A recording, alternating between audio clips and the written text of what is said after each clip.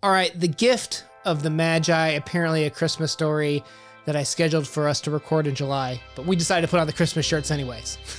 Not a mistake. Come on, Christmas in July. This is exciting. That is the thing. That is the thing. We are celebrating Christmas in July. All right, so this story, do you remember the first time you heard this story? Like, how old were you?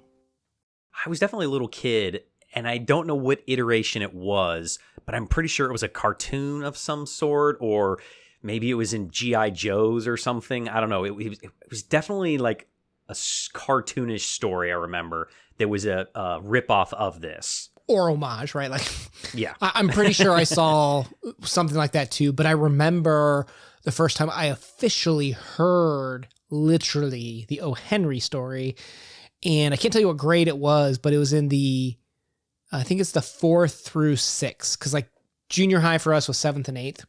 And we all got pulled into the library area, and the librarian read it to us. And that was the first time I'd ever heard the story. I mean, to cut to the chase, this is a story that was very clearly crafted to, I guess we need to get into this, but it's the idea of, is selflessness in the realm of discussion? Is that a good word to describe that? Yeah, I think that what are you willing to sacrifice for love? And I want to get controversial with this one. You know me on this channel, right? We can't just do the easy ones. We got to go a little bit deeper here into the psychology. I would like to bring controversial interpretation to this one, if you'll let me. I will definitely let you, because I definitely think there are some things here to ponder about of inequality. Sure. Oh, okay. I wasn't going to go down that route, but let's start with that, because let's do both. All right. Our main characters, Jim and Della, right? James, if you will, if you want to get fancy, but they're not middle class. They're not upper class, right? To me, the narrative clearly depicts them as lower class, struggling, but they've got love. All you need is love. Love is all you need. Well, okay, so is it all you need? Because the main thrust of the story is Della is saving up penny by penny up to like, what is it, $1.87 or something. And sure, you could adjust it to inflation, but I've learned that those aren't as interesting, because like, even if you look at the last 5 years, inflation's like changed so drastically that even our videos from 4 years ago are already out of date. But the point being is she is pinching to get, a gift, and she's not even having a specific gift in mind, right? She's just trying to save, well, whatever it is that he needs, that's what I need to get him, right? Or even if it's, I guess that's a good question, is how do you know something is a good gift? Is it something that they need, something that they really want but wouldn't get themselves? Is it something that you notice about the person so that you almost are proving that you know them better than others, of just like, oh, I didn't even know I need this. This is perfect. Like what makes a good gift? I don't know. I hate gift giving. I love gift receiving. It's a lot easier, right? It's a lot easier. No, and I don't know. I've probably told this before on some of our Christmas videos. If not, it's Christmas in July. So let me reiterate. My wife and her sisters, she has 3 sisters, they give themselves the gift of not having to give gifts. And it is a wonderful gift. You don't have to stress about it. You don't have to worry about trying to find that perfect gift, because like, I want to get something for my mom. I love my mom. She does so much for me and my family. I want to get her something nice to, show my appreciation.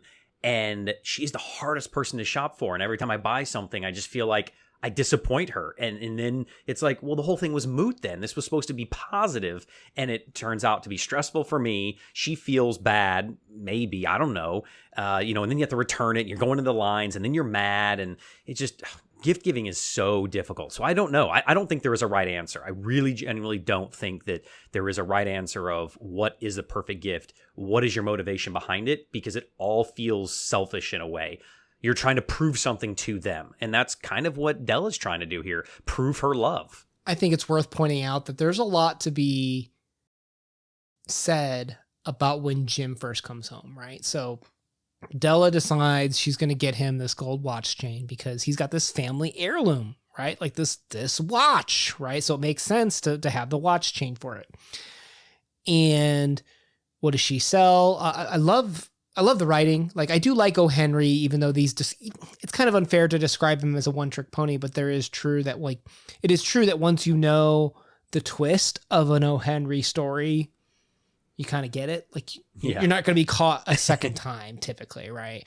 But I love the writing too, just to focus on that a little bit, when she like lets down her hair to be sold, which is like her beauty item, because hair is a beauty status for many women, right? And it says, "Down fell the brown waterfall." And I was just like, ooh, I like that. I like that writing. Yeah, I definitely loved the stylization because I could picture it. I've been selling beauty products for the last couple of years, and this kind of hit home of, wow, this is something that a lot of women pay a lot of money for, and men, billions of dollars in the hair industry. And she's sacrificing the thing that, we all have that one maybe body trait that we really love or really hate. Oh, I love my eyes, or, I love my hair, or, I love my hands. This was her it thing. And it even describes in the story that, people would be jealous of her hair, and she's willing to sacrifice that for her husband. So that does say something, and that is, commendable. When it comes also to like those insecurities, like we have to talk about insecurities, because what does Jim love about me? And I'm sure the whole package is the right answer. But that whole, part of that package is the hair, right? So if you take out the hair, it's kind of like the ship, the like, where if you replace one wood board at a time, when is it no longer the same ship, right? If you replaced every single board on a ship one by one, when is it no longer the same ship, right? So she's got that problem where she's cut her hair. He likes the whole package theoretically, but how much has that package changed potentially because she cut her hair, right? And I think that's when you feel, I don't know if the word is shame, but it's somewhere in this space where Della is very insecure about what their future, what their relationship is, because if he's so crestfallen when he sees that she's shaved her hair, like, it's going to grow back, honey, come on, it's going to be okay. Like, you can see that there's definitely some at least temporary insecurities in her relationship with Jim, that it's not one of those, oh, he'll get over it. When he has that visual reaction to her, she has this visceral fear, this insecurity that just rips out her base of her foundation of her relationship with Jim. And that's what kind of irked me about the story. You want to talk about getting a little controversial. I got kind of mad at this because if they are this in love, willing to sacrifice something so vitally important, I mean, this could be a large part of her identity, and she's willing to sacrifice it for the love of her husband, and then kind of goes back and reflects on, well, what if he doesn't love me anymore because I don't have my hair? Like, these two people were supposed to be so deeply in love, and that's all they have is love because they're so poor. Then why should that hair matter so much? I mean, it's beauty is relative. Beauty is only skin deep. You're gonna lose your beauty one day. Like, your hair is gonna go gray. You may fall out, and that just kind of like made me mad. Of if this guy truly loves you for you, he's not gonna care what the gift is. He's not going to care how you got the gift. It's just you were willing to sacrifice something for him, and that's all that truly matters. And she has those insecurities that it's just kind of heartbreaking that she doesn't have more faith in her own relationship with her husband. What do you mean, like, some people may get gray hair? Are there people out there that don't get gray hair? Who are these people? How can I get a hold of them? Because I'd like to stop some things that are happening in my life right now. You have to go to the beauty salon. Oh, the box hair color. Okay. All right. So here's my contrast. So let's put it on the table. There's obviously a religious element to the story too. Like you have the gift of the Magi, the first people to give a gift, selflessly give a gift, because it's not like that child's going to give a gift back, right? And you hear at Christmas time, well, it's Happy Holidays. It's not Christmas time, right?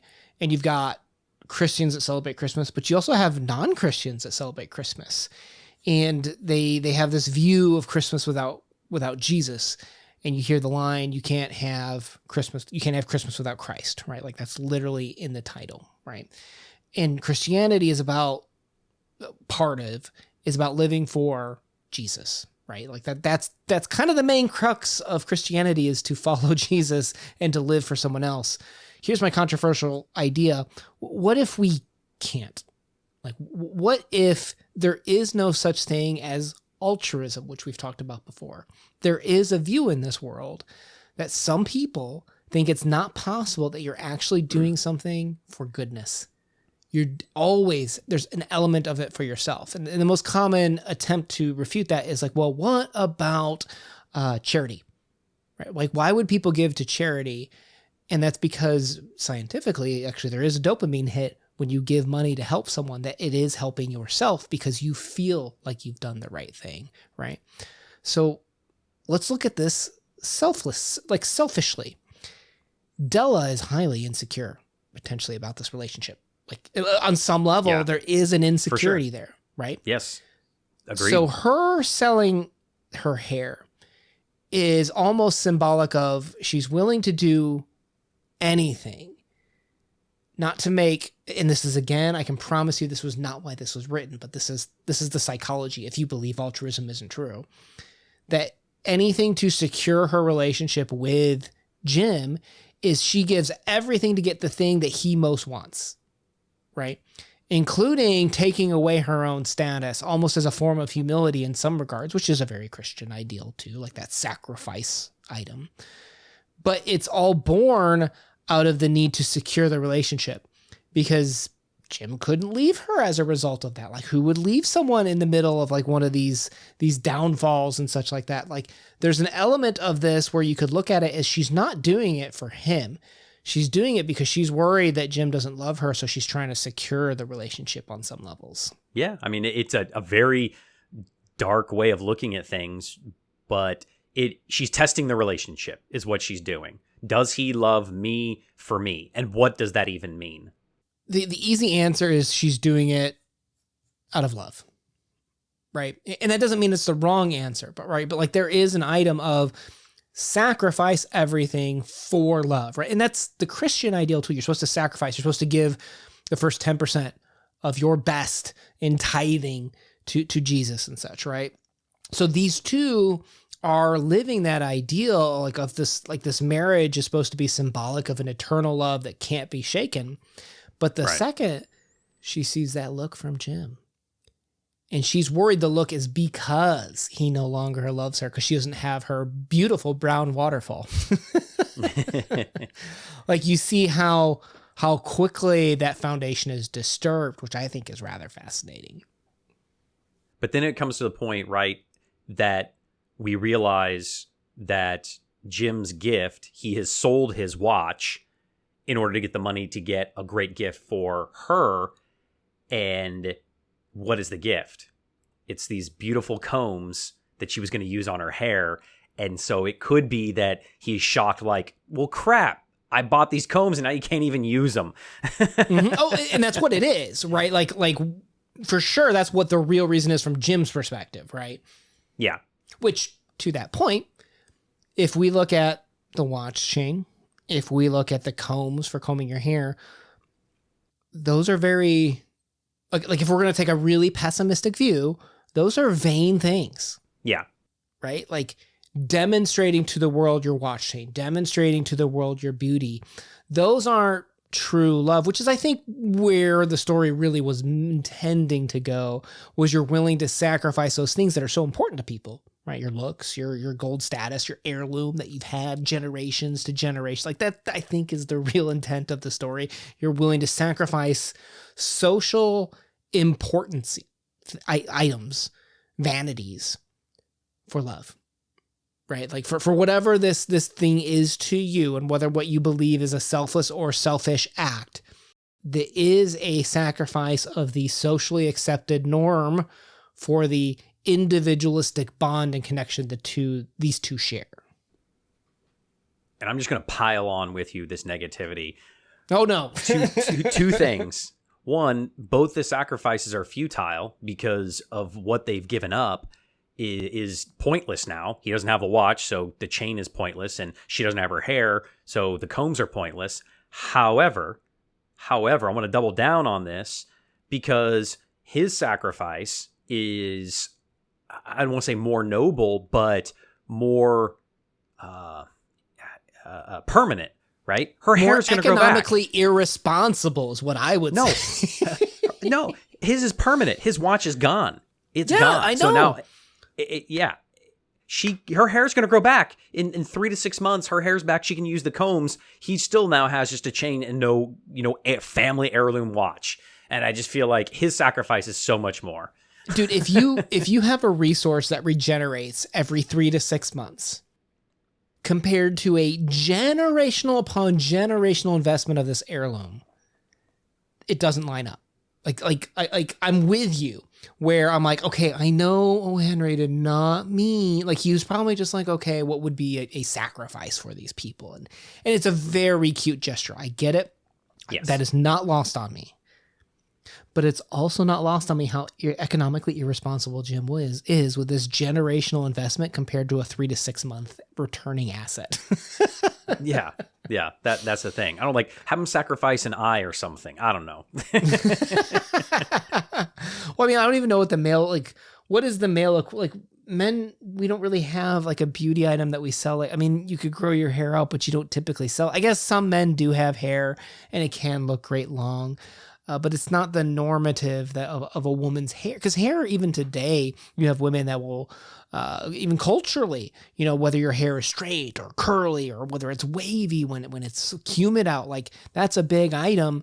Men don't have as much of a status or say in that item as much, right? So I wasn't planning on going here, but let's go there, all right? Full on pessimism. I'm sorry, but that's why you come to this channel, is very different thinking, I think. Hopefully. The man brings, so the woman in this early 1900 story. Let's go there. Yeah. So what O. Henry subconsciously, again, I don't think he's meaning this, but he's subconsciously saying in the story, the woman brings what to the relationship? She brings love, she brings nurturing and care, but beauty, right? Like her status as a beauty object, in a sense, with the hair. Yeah, beautification. Particularly early 1900s, right, in terms of how women were typically treated or viewed. Now, what's the man bring to this story, right? Because women didn't work back then. Yeah, money. He's the financial stability. So he is being reckless with his financial stability, throwing that away to give for what the woman believes most important is beauty status. The woman gives away her beauty status for what the men believe is most important is the economical status. Again, I don't think most people look at it that way, but it's there. That interpretation is 100% there. Yeah, and I don't know if maybe I just feel like his sacrifice is more, and it's worse for the family as a whole as well. And I don't know, as you said, if there is an equivalent for something that could have been, tweaked in the story. But I think that it lends for a good conversation about how those social norms were so ingrained into society that there is no male equivalent. And that kind of sucks, right? For the relationship, because again, the relationship itself then is not equal. And I think that if you want a good, healthy relationship, there should be a level of equality between, two people. All right. How do you know? Okay, here's another fun question.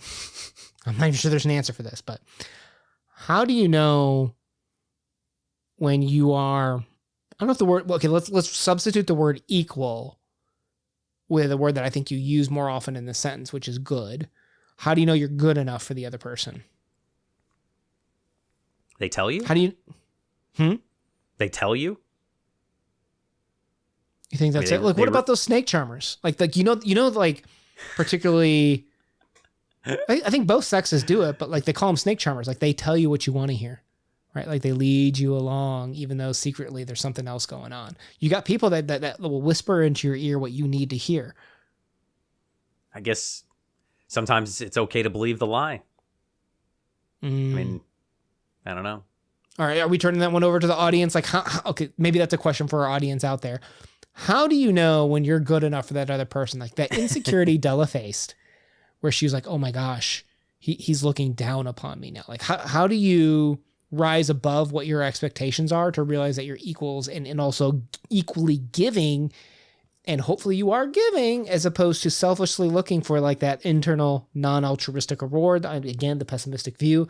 What is it? How do you know you're good enough in a relationship, I guess is my question.